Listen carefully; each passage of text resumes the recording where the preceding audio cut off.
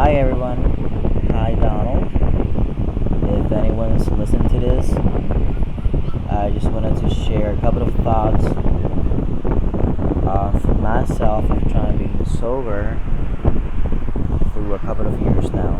I'm sorry if you're going to listen to my dog, my puppy who's barking, and also my fan because right now it's very very hot where I'm located at. It's very humid, so it's a little bit of a struggle, and I didn't want it to go into the hassle of creating videos or uploading podcasts to Spotify because I just wanted to keep things simple, and I really don't care, to be honest, if it's going to be viral or trendy. It's just a nice video for me and also for any other people that comes to help and they can listen to this video. What can I tell you about my story? I'm 32 years old, and I was born in a Latin culture where booze was always present. And one of the things that I've been trying to understand that also is that in our Latin cultures, we are always taught that we need to survive and to in a certain way to resist our issues, our depressions, our families, if they're toxic, our circumstances, because that is what makes you courageous and successful. However, this is something that I came to realize a couple of months ago that no, I mean, sometimes we need to quit. It could be a job that you don't like, it could be a relationship that is not filling you well, or any lifestyle, family member, everything that is stealing your mental peace can be taken out from your life because you are your CEO. So let's go back around when I was like around 12 or 13. I was used to see my family always drinking. Friday, Saturday, and Sunday. It was very constant to watch them to get drunk, and in a certain way I could not understand what was that thing, that bottle that made them fight, made them feel bad, until I was the age around like 14 or 15. I started clubbing, and I understood, the feeling that alcohol makes you feel, because it sedates you. The anxiety disorders that you may be having, the depression disorders that, of course, they were not as triggered as nowadays they are 20 years later. But I completely understood that there's something there in that bottle that makes you feel good. So I spent around like the next 10 years until I reached my 21, I'm sorry, it's that sometimes I think Spanish, and it's very difficult for me to narrate, to have a fluent narration. So when I reached my adulthood, I started to notice depressions, anxieties. I was not being able to finish my career, my college degree. All of my friends, they were growing, they were purchasing their cars. It was a completely different lifestyle. However, since I was taught since kid that this is my reality and I have to deal with it, or just to think in a magical way that God is going to eventually change me, that is another thing that I'm going to touch base in a couple of minutes after. Just to think that God is going to change you just because. No. It took me a lot of time to deal with that. I was just dealing with the issue itself as drinking. That turned until when I reached like 25, that I started making cocaine. So, in our countries, it's good for you to drink. You can get drunk, you can stop a party, you can make yourself ridiculous, and that's okay. You just forgive yourself, forget everyone, and move on. But when you're going to try any other substances like cocaine or cannabis, people won't understand in our cultures because that's like a taboo. So around 22 or 23, well, it was back in when I was 16. However, the whole issue that was triggered by cocaine started around when I reached like 21 or 22. So my father sent me to a rehab center. At that time, I noticed that thankfully cocaine was never my real addiction, because I noticed, and I know that it also happens with alcohol. Whenever you drink, you feel that it's going to solve your issues, and you're looking for that sedation that is always going to be much more difficult to reach, and that also happens with cocaine. However, cocaine, since it's a substance that is much more harmful, it's much more difficult to process. So thankfully, I noticed that at some point, I was not, my addiction was not moving forward to cocaine. It was only it's being stuck in alcohol. Of course, I was having sleeping pills. I was smoking a lot of cigarettes due to the anxiety of being sober. But I was not even conscious that, I mean, yes, of course, I need to heal. I'm sorry, I need to stop drinking. However, in order to stop drinking, you need to heal. It's not just because there's a God that eventually is going to stop things, or just because you're one of a sudden you're going to stop drinking. So that was around like when I reached 25 or 26, I started working. Because in back those days I was only at college. So when I started working, I finally understood the value of having money. I mean, we're talking about, yes, of course I worked when I was like 18. I was partying, clubbing, and that was okay. When I secondly started my second job, I thought in a certain way that partying, like leave parties and clubbing, was going to be the issue. However, I was not aware that instead to go to a restaurant or to a club, I was buying bottles of wine or bottles of beers and having it in my room and getting drunk. So I mean, the issue was there. My circumstances were changing. However, it was always the same cause and effect.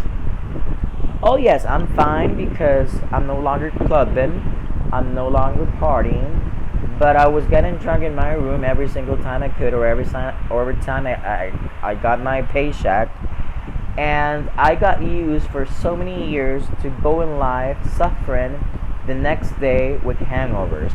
And we were not talking about that typically hungover that you just grab 3 or 6 bottles of beers and okay, you just have a headache and you just go on. No, we're talking about more than 14, almost 20 beers that I was able to take in one night, and eventually the next day I was feeling, God, I was so fucked up. I mean, I was vomiting. It was incredible, overwhelming. But in a certain way, I got used to that. Okay, yeah, I drank. I know that my responsibilities are to go to work, so I was not being productive. And anxiety around my 30s is starting to hit, because there were so many years of consistent drinking that I've never took the wheels of my life and tell me no. If this makes me sick, why should I keep drinking? I mean, if I know that I'm going to grab my first beer and my first beer won't be the last one, I'm going to finish until I reach unconsciousness, why should I be taking these substances that are harmful? And that's what I said before, because in our Latin cultures, we are taught that, okay, you need to handle your addictions, your depressions, because it is okay to drink, and you're going to be successful if you handle all those things. Now, back when I was 30, nowadays I'm almost hitting 33 with this whole pandemic. Not before. Well, it was before the pandemic. When I reached 30s, there was something in my soul that told me, no, Donald, you need to move on. You need to leave your house, because I was not aware also that the main issue came from my home, because my grandmother was alcoholic. May she rest in peace.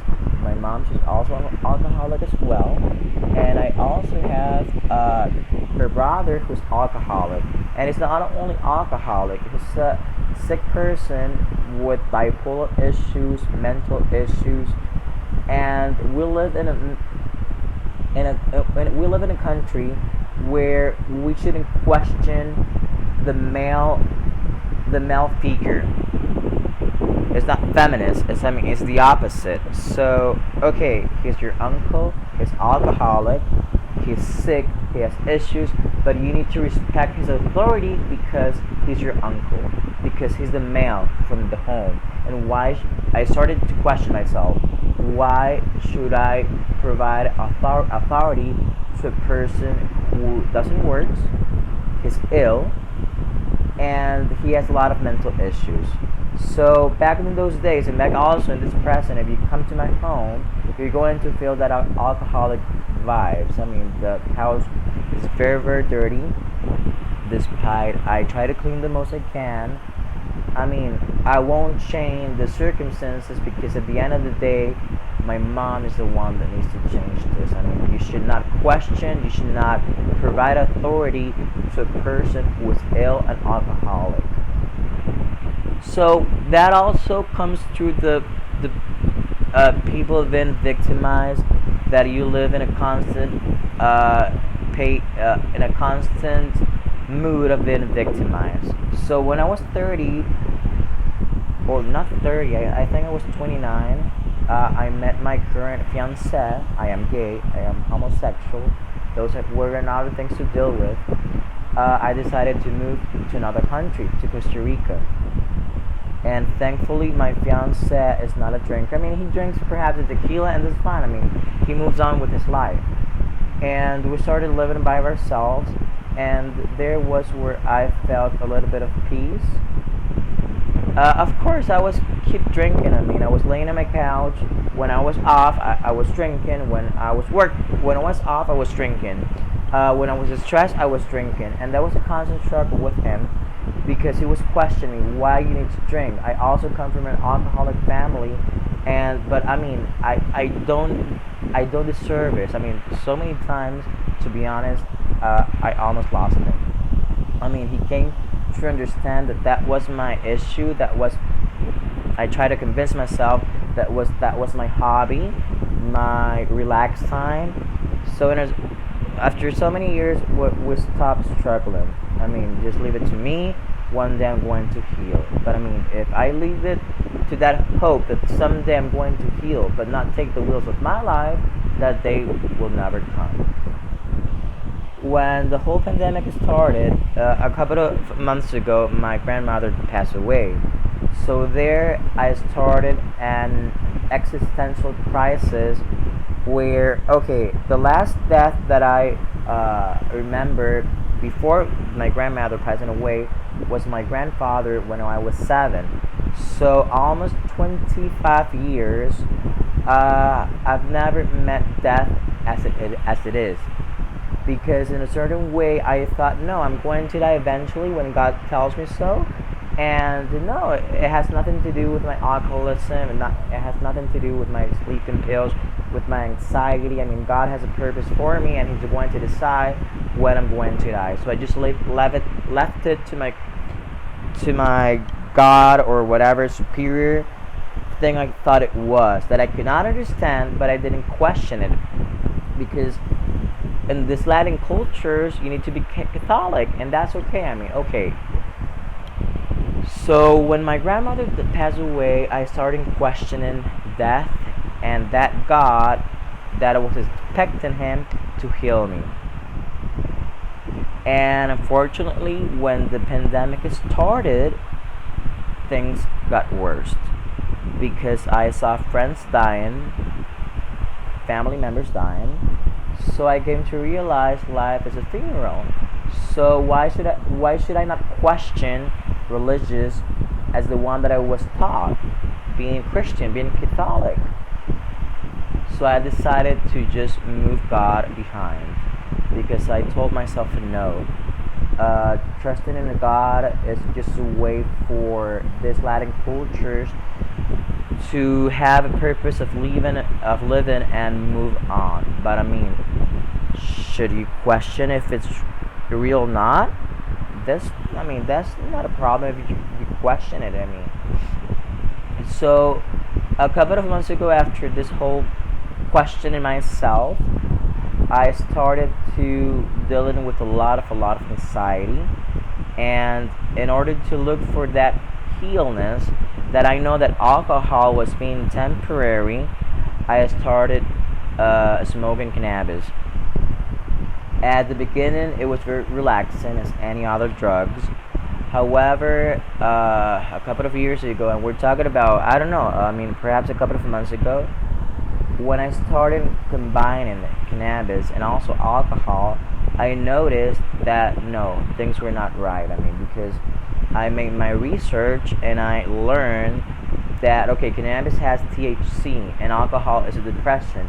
I mean, so you're mixed in two different substances that, of course, they're going to trigger any disorder that you may have, such as depression, anxiety, and it's going to intensify the side effects such as vomiting, nauseous, panic attacks.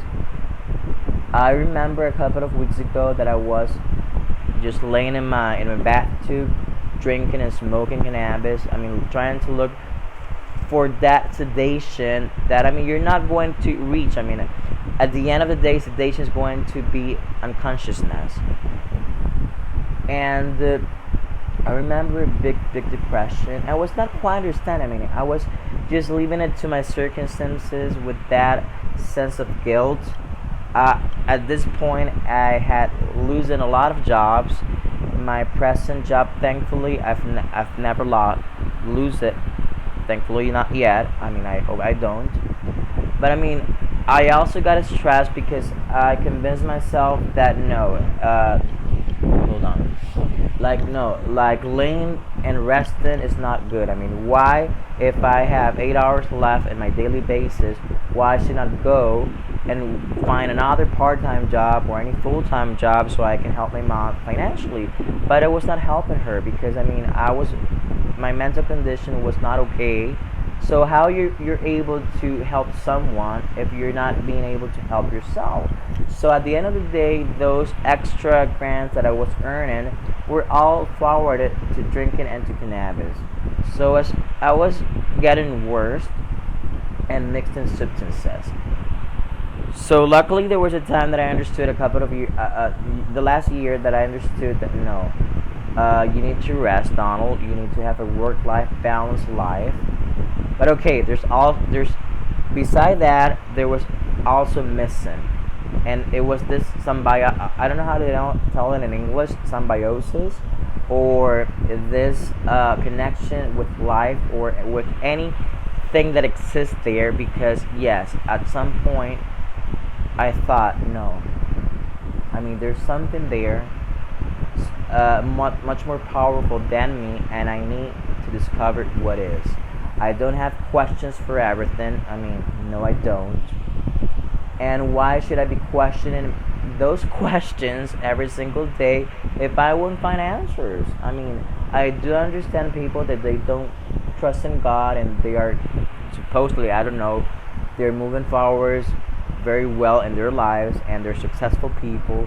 But for some people it doesn't work. I mean, because it all goes to the original education that you had when you were a child.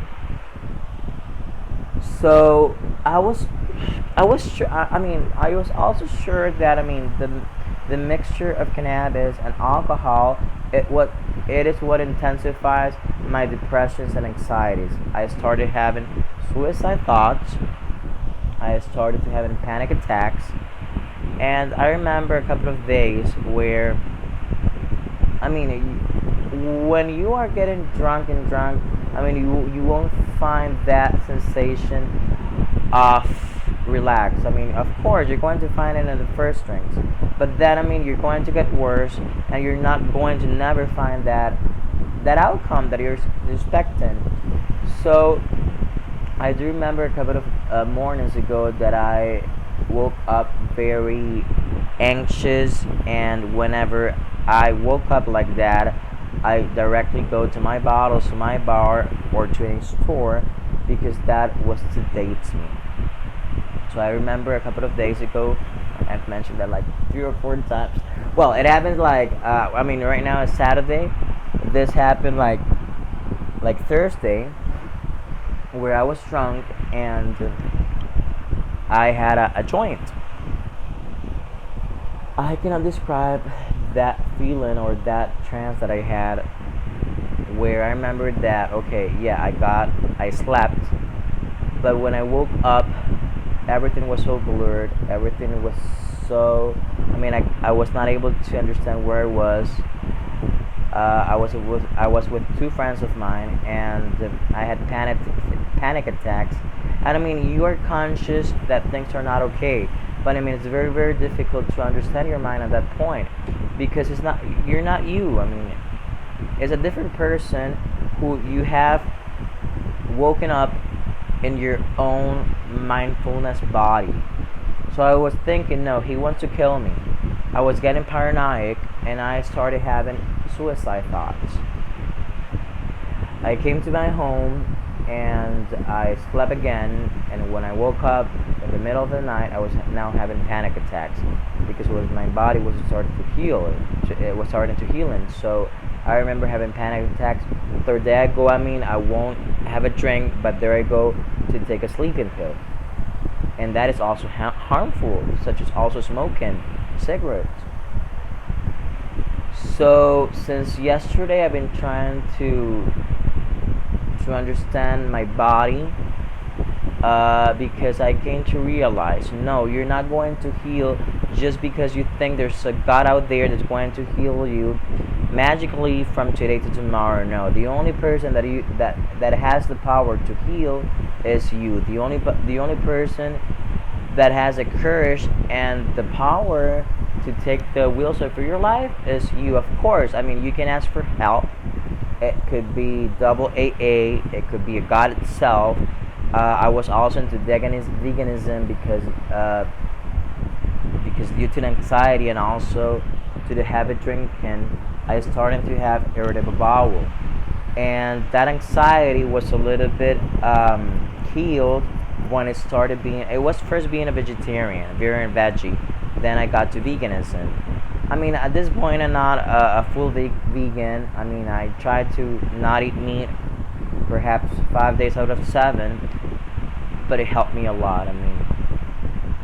Now the thing is that, yes, I'm being healthy with my body when I'm eating, because that was another issue. I didn't mention throughout these years, I could eat everything that was on my fridge. I gave a fuck of whatever it is, fried chicken, pizzas, burgers, because I felt that anxiety also, that I think it's called binge eating, when you feel the necessity to eat. And I was not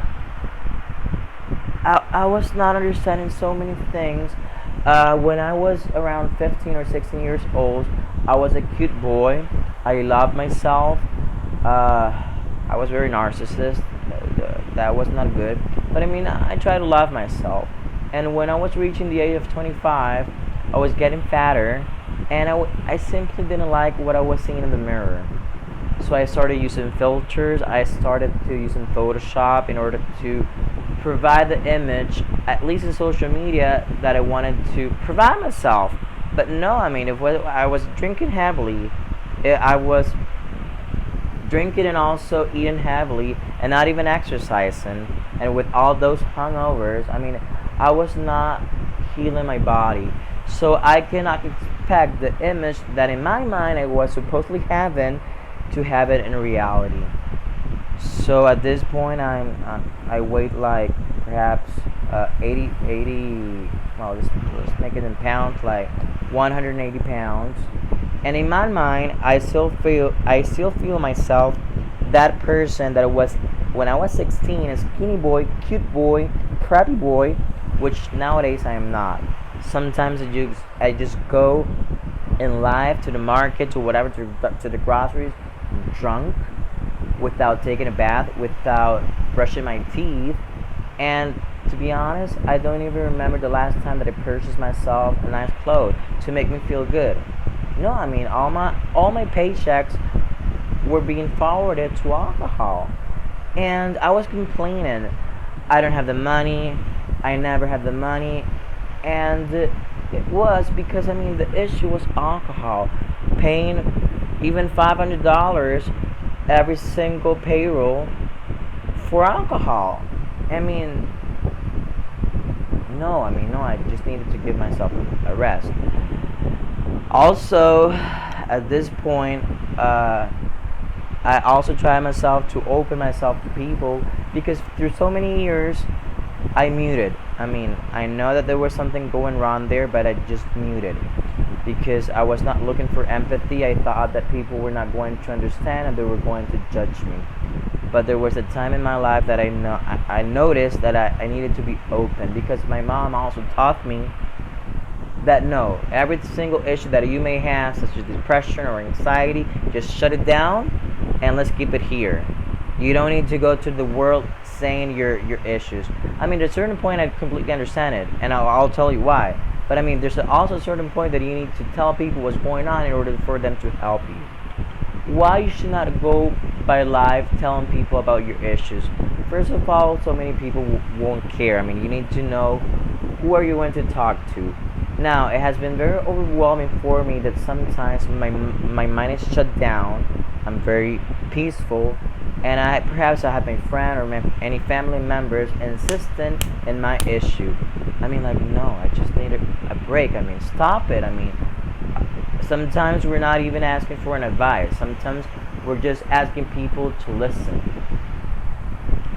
So, my my experience is that you need to find a purpose in life to make you go forward, because if you only wake yourself up every morning just to drink, that won't give you any purpose. You're going to feel worse. I mean, I cannot recall the times that I have been vomiting through, I don't know, 20 years. I honestly have my irritable bowel in pain, my esophagus, I have reflux, and it's not only because of the alcohol, it's also because of cannabis, and also because the bad habits of eating that I had a couple of months ago.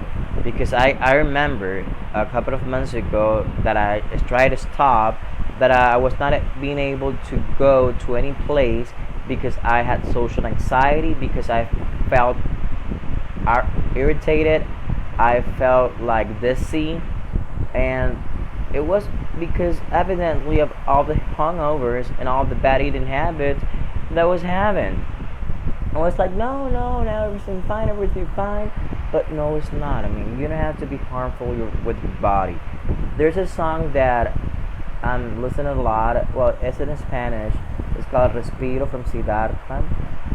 Perhaps the lyrics of the song is not focused in my issues, but it tells you about self-love and self-compassion.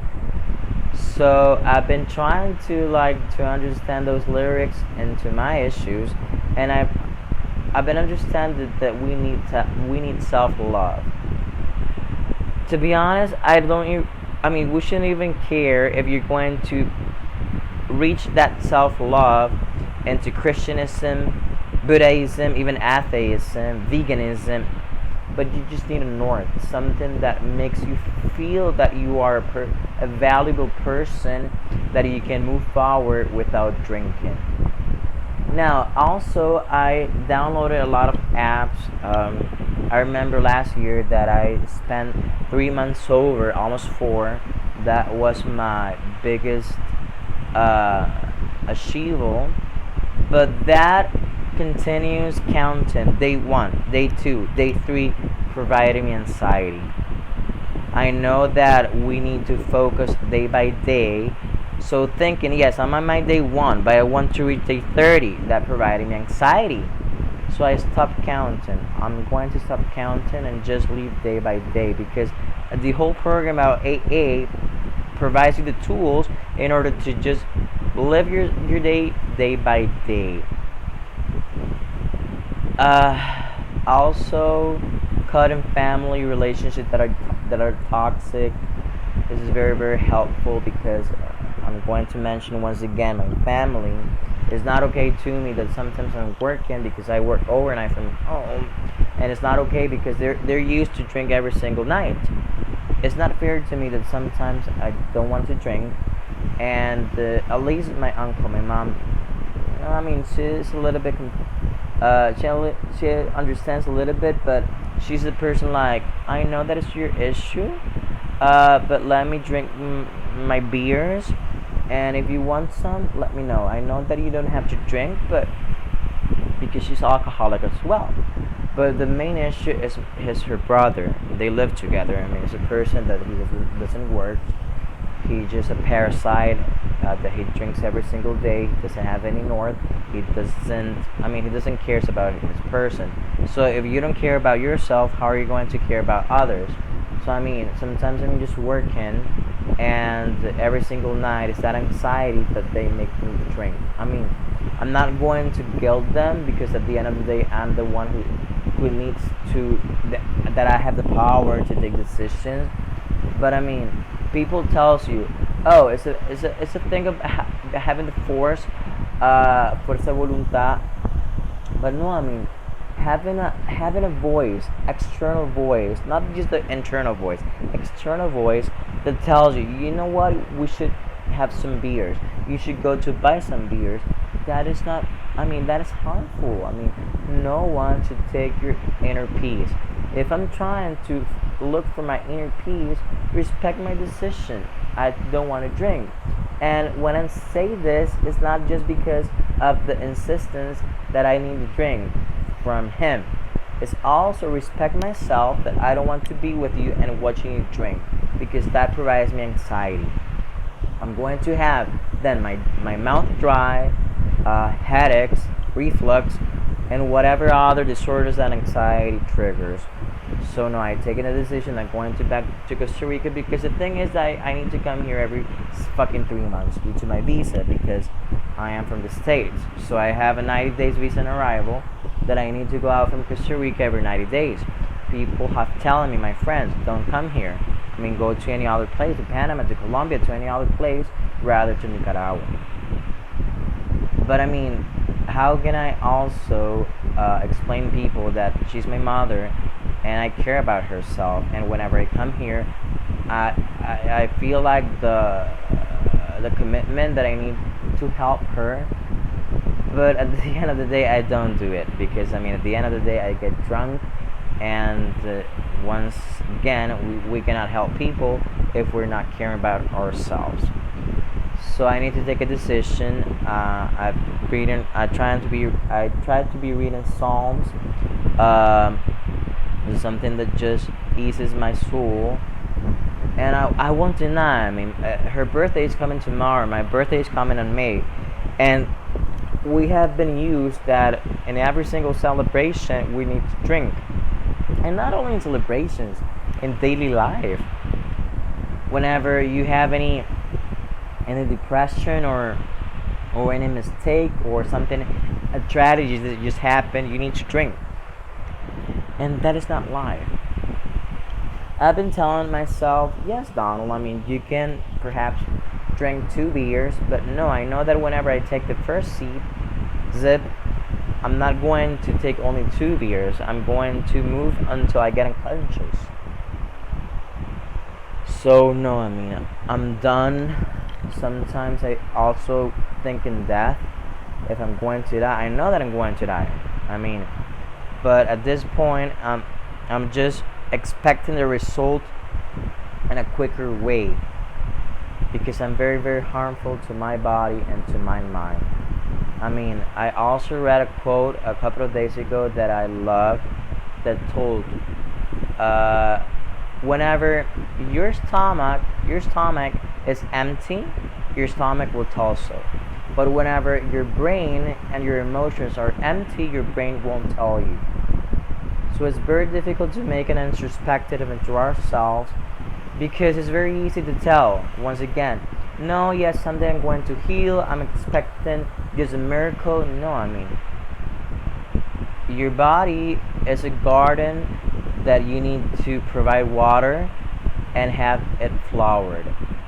Because if you're only thinking in negative thoughts or thinking of that mystical way to thinking that someday God is going to heal you without taking actions by yourself, you won't.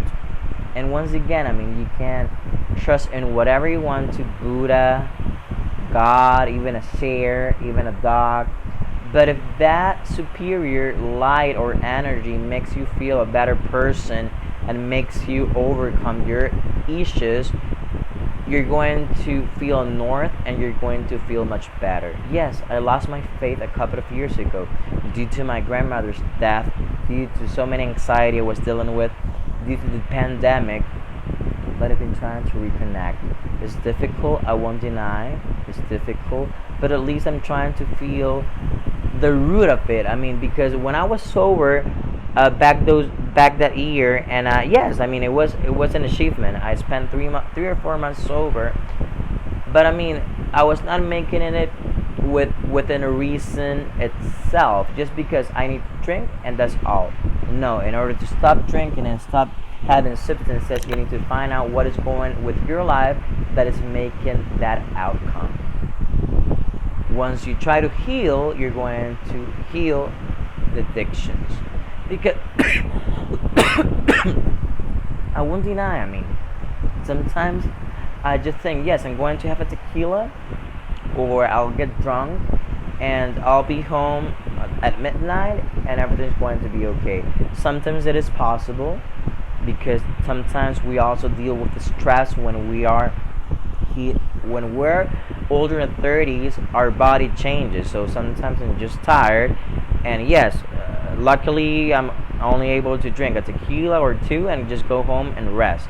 But sometimes when you have those thoughts going on into your head, it's going to be much more difficult, because you're going to look for that to be sedated, and it's until you reach unconsciousness that you're going to get it. And then what happens the next morning, you're going to feel like shit, you're going to feel like shit and question everything. And also sometimes you're going to start to look in order to keep drinking. I also came to realize this is something much more spiritual rather than about addictions, that we as humans, we are vulnerables to stress, vulnerables to anxiety. I mean, at the end of the day, we all have disorders. But the thing is, the difference is how people, they overcome those disorders, or they just go in life moving forward, rather than those that they look the solution in substances. We all have disorders. I mean, we all have depression, anxieties, but the difference is how we handle those. Because I've been questioning myself. One of my best friends, she came from a very, very poor place, and nowadays she's earning a lot of money. She has her car, she has her career, and I mean, she also had some issues. I mean, some limitations. As a child, she was poor. I honestly don't know about her family issues, because at the end of the day, we all have issues in our family. But I mean, the thing is that we all have limitations, and what if she was able to grow and to be a successful person? Why I cannot do so? Why at my 33 years old I haven't been able to purchase a car? I don't have a home. I have to pay rent, and sometimes I'm not even able to buy myself a shirt. Well, the answer, we all know it. I just wanted to tell you that there's hope. For me, it has been very, very difficult to understand that there is hope, because we all get blurred in this hassle and this storm. But there's hope. There's hope, and I hope that everyone can find it. Thank you.